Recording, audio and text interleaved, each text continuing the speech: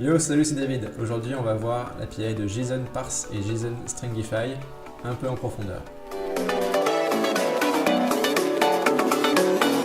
Alors pour cette vidéo, on va utiliser la librairie expect qui nous permet de faire des tests unitaires. Si on regarde le premier fichier index.js, j'importe différents modules, je clear la console, je déclenche des fonctions et la console nous dit juste OK. Donc dans le premier cas le plus classique qu'on a de JSON Stringify, si on décommande cette ligne, on a une erreur qui nous dit qu'on attend une chaîne de caractères et qu'on a undefined. Donc notre résultat est undefined, il doit être égal à cette chaîne de caractères. Et nous, ce qu'on veut, c'est transformer cet objet JavaScript en chaîne de caractères.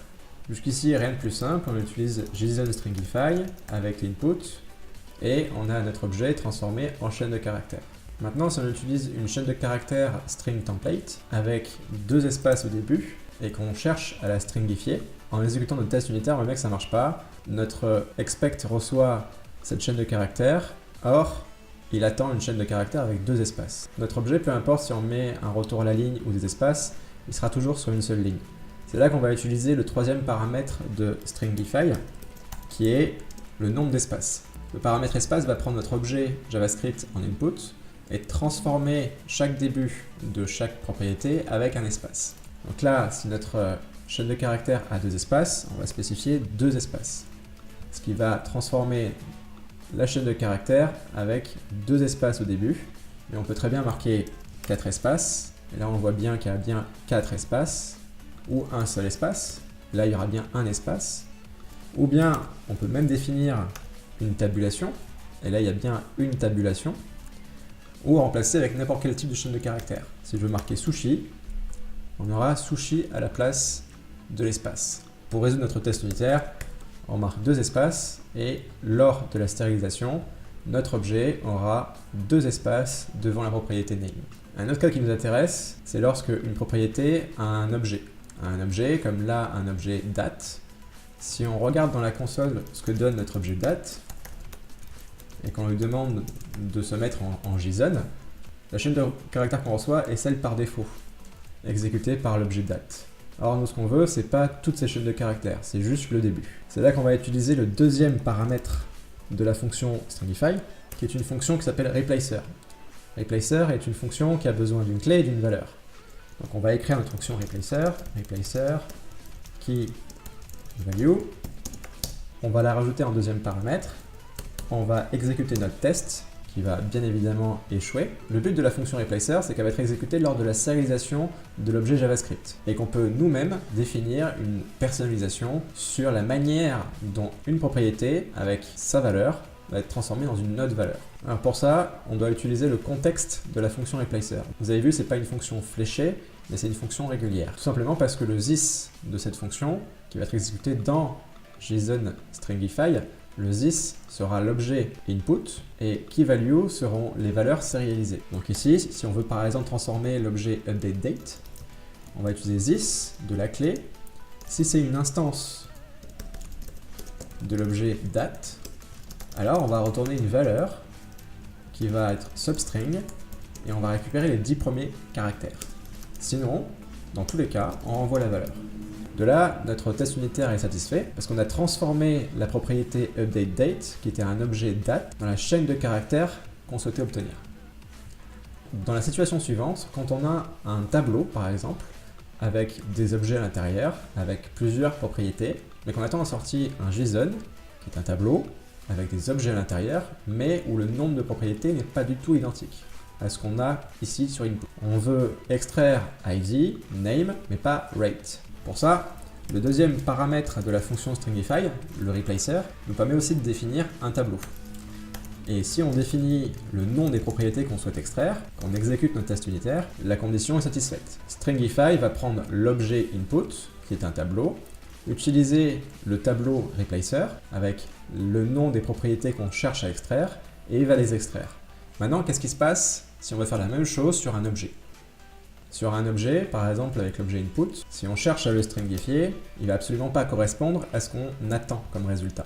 Alors comment on peut utiliser la même idée que pour les tableaux, mais pour les objets? Pour ça, il faut transformer l'objet avec object create, qui va prendre un objet nul et qui va lui assigner des prototypes. Transformons notre objet Si on regarde bien l'erreur, elle nous dit qu'il nous manque des descriptions sur poutine, poivre et 10, donc sur les clés plat, sauce et prix. Pour résoudre cette situation, on a besoin de transformer chacun de ces champs en champs énumérables.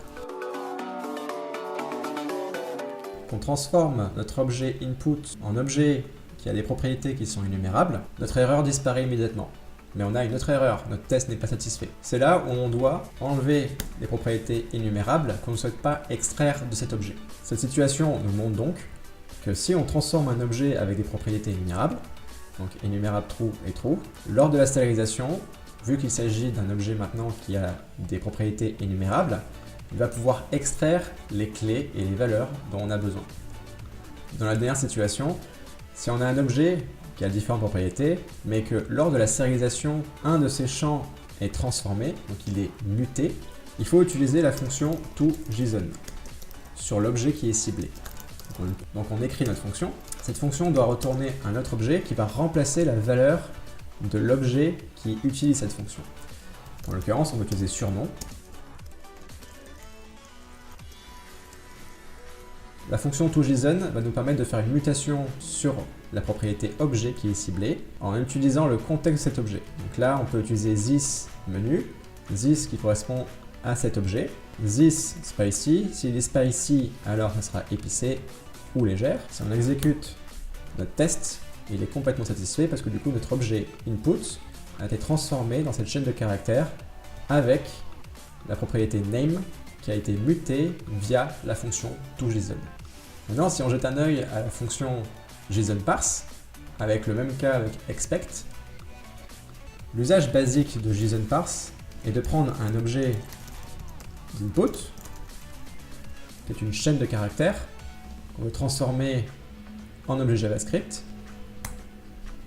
et JSON_parse se charge automatiquement de la désérialisation de notre chaîne de caractères en objet JavaScript. En ce qui concerne les cas particuliers qu'on a vu tout à l'heure, si jamais on a un champ qui ne correspond pas exactement à ce qu'on attend en retour, parce que si on exécute ce test unitaire, on voit bien que creationDate a gardé sa même valeur dans les deux cas, alors que nous ce qu'on attend c'est un objet date. Heureusement, le deuxième paramètre de la fonction JSON_parse est une fonction qui s'appelle reviver. De la même manière qu'on a transformé des propriétés avec JSON stringify avec la fonction replacer, on va utiliser reviver ici avec keyValue.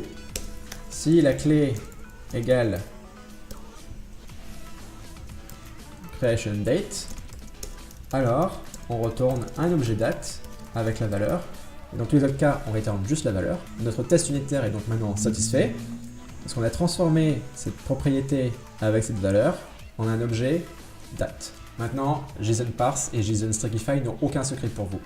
Si vous avez aimé cette vidéo, n'hésitez pas à liker et laisser un commentaire. Allez, on se retrouve pour la prochaine vidéo. Ciao!